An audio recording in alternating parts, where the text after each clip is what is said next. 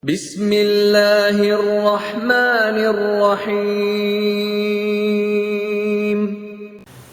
Assalamualaikum warahmatullahi wabarakatuh.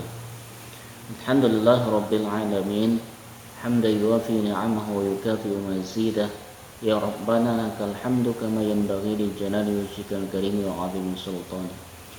Allahumma shalli wa sallim wa barik wa karim wa 'azzim ala man arsalahu Allah rahmatan lil alamin wa bushra lil mu'minin. Nabiyyina Muhammadin wa ala alihi wa ashabihi ajma'in, amma ba'd. Jamaah Masjid Al-Kautsar, Masjid Darussalam, Masjid Al-Falah, dan Masjid Al-Furqan yang dirahmati oleh Allah Subhanahu wa taala. Kajian kita pada kali ini adalah hadis 662 dari kitab Subulus Salam, syarah kitab Bulughul Maram. Hadis tersebut berbunyi, wa anhu radhiyallahu an qala Rasulullah sallallahu alaihi wasallam, ayyuma sabiyyin hajja thumma balagha al-hinsa fa alayhi ay yahujja hajjatan ukhra wa ayyuma 'abdin hajja thumma u'tiqa fa alayhi hajjatun ukhra. Rawahu Ibnu Abi Syaibah wal Baihaqi wa rijaluhu thiqatun.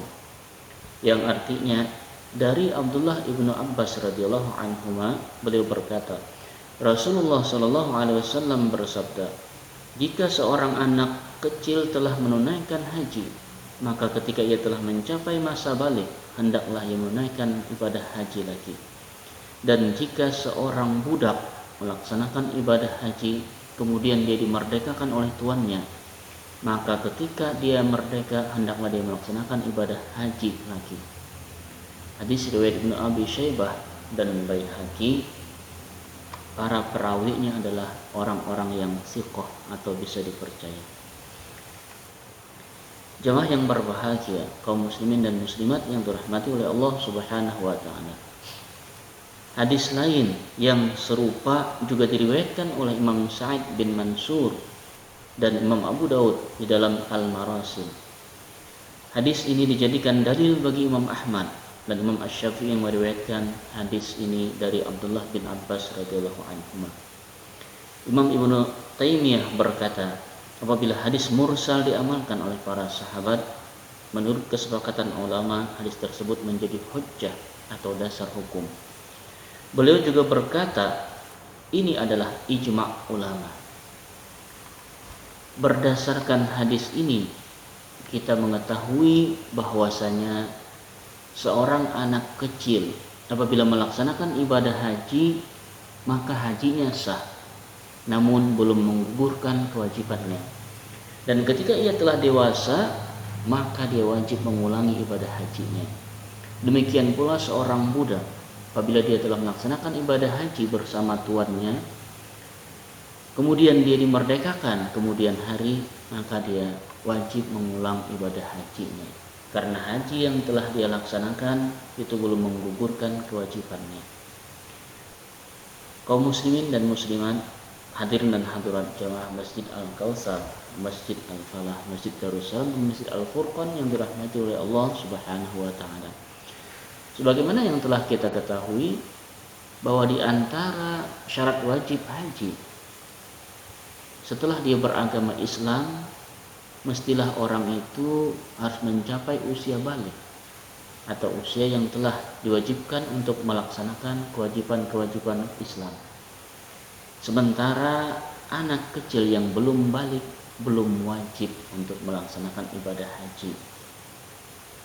Namun ketika dia berhaji atau diajak bersama keluarganya oleh orang tuanya untuk melaksanakan ibadah haji, hajinya sah dan pahalanya untuk orang tuanya.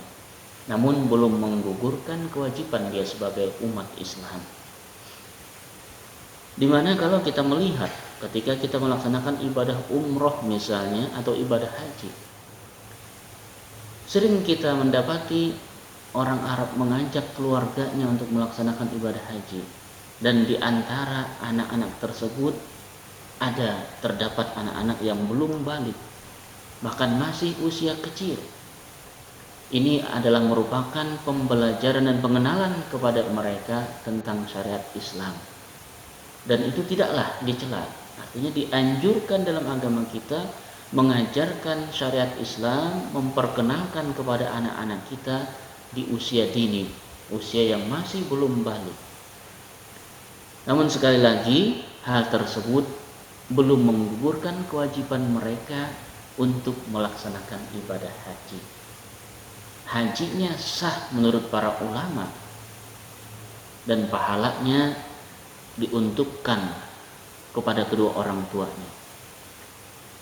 Namun sebagai seorang muslim belum menggugurkan kewajiban untuk melaksanakan ibadah haji.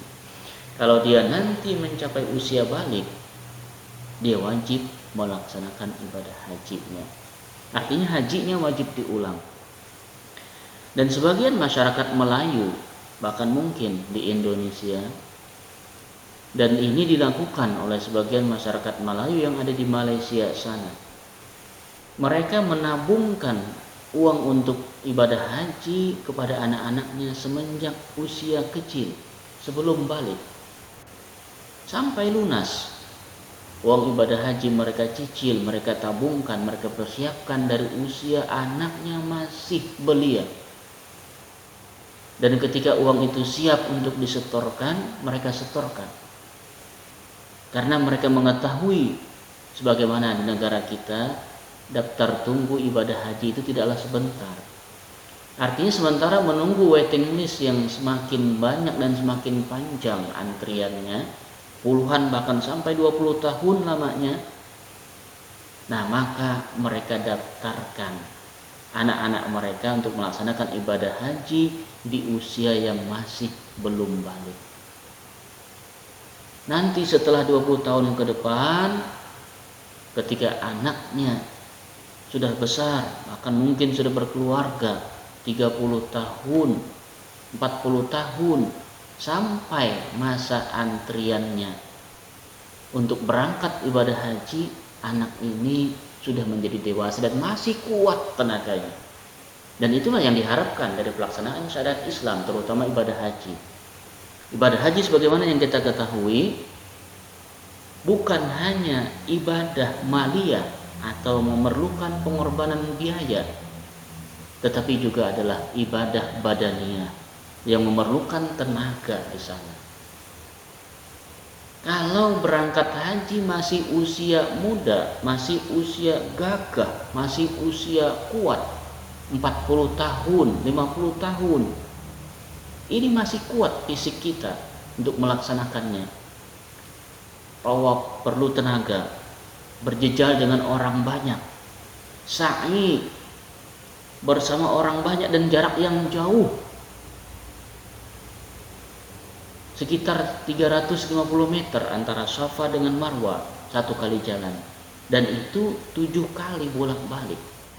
Kalau fisik tidak prima, tidak kuat, bisa dibayangkan. Nah, kalau jamaah yang berangkat ke sana sudah usia 60 tahun karena lama menunggu, setor hajinya di umur 40 tahun, tapi menunggunya 25 tahun. Bayangkan, tidakkah 65 tahun baru berangkat menunaikan ibadah haji? Usia 65 tahun orang sekarang sudah banyak kekurangan dan fisik pun sudah lemah. Maka melaksanakan haji yang perlu fisik yang prima tidak akan maksimal. Bahkan tidak jarang orang-orang tua sudah duduk di kursi roda. Meskipun hajinya sah secara syariat dan secara hukum Islam, tapi tentu pahalanya tidak sama. Dan sisi keabdalihannya pun beda dengan orang yang masih kuat dan prima. Ada syariat melontar jumrah di Mina yang perlu jarak yang jauh ke sana serta berjejal dengan orang banyak. Ini seringkali meskipun boleh diwakilkan, tapi tentu beda pahalanya dengan melaksanakan sendiri.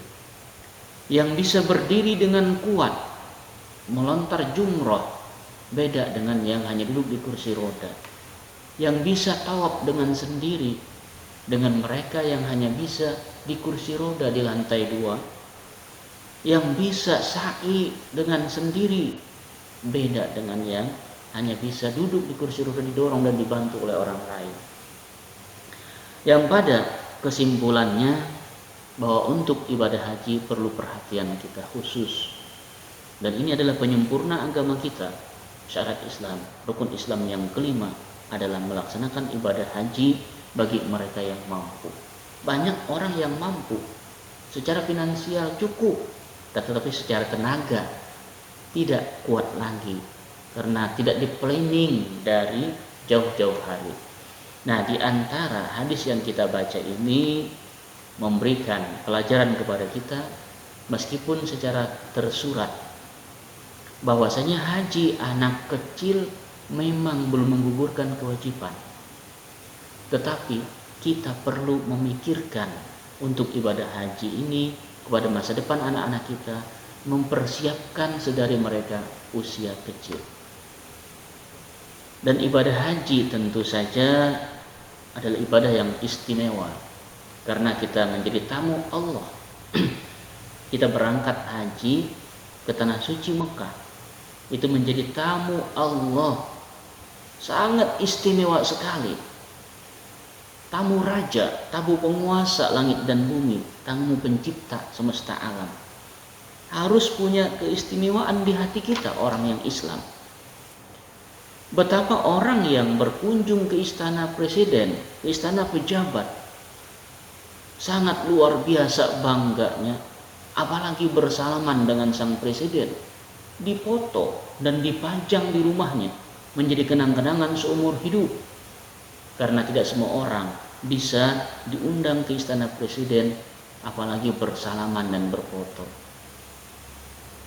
Bagaimana dengan seorang muslim? Tidak semua orang Islam dipanggil ke rumah Allah, ke Baitullah untuk melaksanakan ibadah haji. Maka orang yang bisa datang ke sana dipanggil dan dimudahkan oleh Allah, itu adalah menjadi tamu Allah. Kenapa tidak lebih bangga dari mereka yang hanya bisa bertandang ke rumah, ke istana manusia, yang itu pun